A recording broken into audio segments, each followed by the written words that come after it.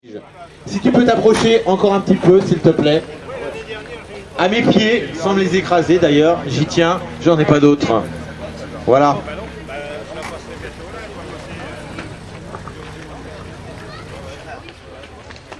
Gérard. Alors Gérard, c'est un habitué de nos rassemblements.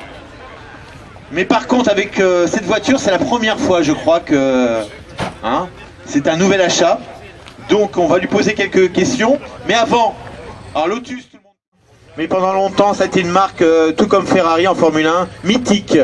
Avec le grand Colin Chapman qui a créé cette marque, mais qui est complètement différente quand même. Et on va poser quelques questions à son... Et quand ils voient une Élise, ils se disent, ben, c'est la même chose. L'Élise, elle a un toit, l'autre n'en a pas. Mais bon, pour le refroidissement, on a besoin du toit parce que sur le toit, tu as... Donc il y a un tunnel de sculpture et ce pas du tout des pneus lisses. C'est des pneus sur lesquels avec lesquels on peut aller sur la piste. Oui, ils sont homologués route, mais on peut aller sur la piste avec. D'accord. Alors, une voiture à moteur central, notamment la Lotus Europe. On peut dire que c'est une descendante d'ailleurs de la Lotus Europe, moi qui connais bien les Lotus. Alors c'est vrai que, dis donc, quand on ouvre le capot, on voit qu'une seule chose, un gros radiateur. Énorme. Et donc c'est le radiateur principal de la voiture. Est-ce que tu vas rester fidèle à Lotus? Il faut toujours rester fidèle à Lotus. Lotus restera toujours une marque d'exception. On peut s'en aller et revenir. Même si aujourd'hui, bon, voilà. Ça va pas bien les affaires de Lotus, mais bon. Question, il préfère sortir ou rester dans sa voiture? C'est comme tu veux. Alors, qui connaît ce type d'Alfa, ici dans le public? Ah ben oui, parce qu'on a le président du club Parfum de Trèfle, c'est ça? Alors, qui est basé où le club? Le nord-ouest de la France. Vous avez à peu près une cinquantaine d'adhérents, c'est ce qu'on m'a dit? Voilà. Ok. Et donc, tout à l'heure, quand on s'est vu, on s'est dit on va présenter une Alfa. La police italienne en avait. Ça vous dit quelque chose? Comment on appelait la police italienne? On l'appelait comment? La policia?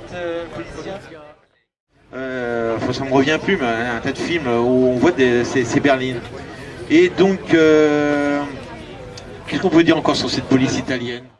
Alfa Romeo qui était parfaitement maîtrisé puisque les premiers... Très peu répandu à l'époque. Les premiers doubles arbres datent de bien de l'avant-guerre, des années 30.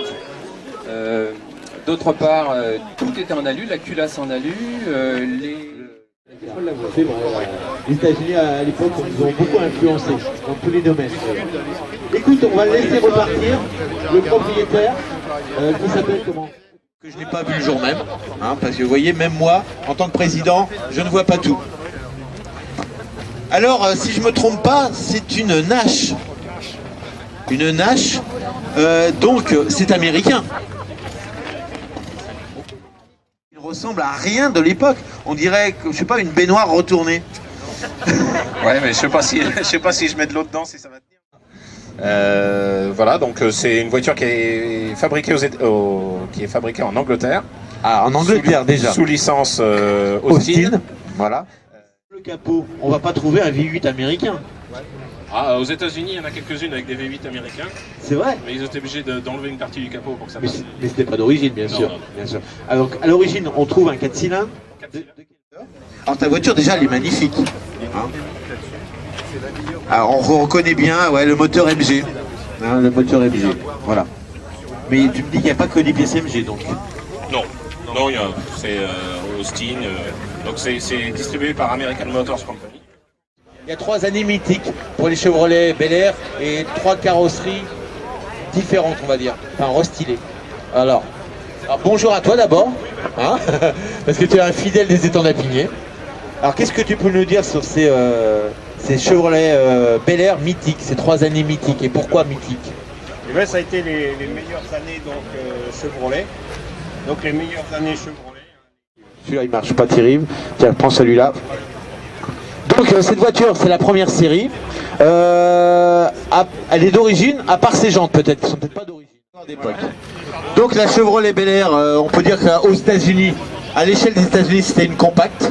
Voilà, c'était une compacte, c'est ce qui représentait ici en France la 4 chevaux. Voilà, ça. Nous on avait la 4 chevaux, là-bas ils avaient la Chevrolet Bel Air. Au niveau du mobilier, de la technologie, des voitures, ça a bien changé depuis. Ça Ça a bien changé. Mais c'est vrai que dans les années 50-60, citoyens américains moyens. Américain moyen, Voilà. Comme la coccinelle en Allemagne. Comme la coccinelle en Allemagne, la queue de chevaux chez nous et l'Austin A40 en Angleterre. On a eu tous nos véhicules. Alors cette voiture a un moteur V8. Voilà. Alors un V8 qui est assez compact, hein, comme le V8 américain qui était assez compact. Alors, ce qui est original, enfin moi, quand j'ouvre le capot, je vois qu'il y a un moteur qui est très très bas, alors qu'il y a beaucoup de place en haut. Hein. Ouais. Et après on va faire des voitures, on va faire des capots de moins en moins hauts. Hey, Eric.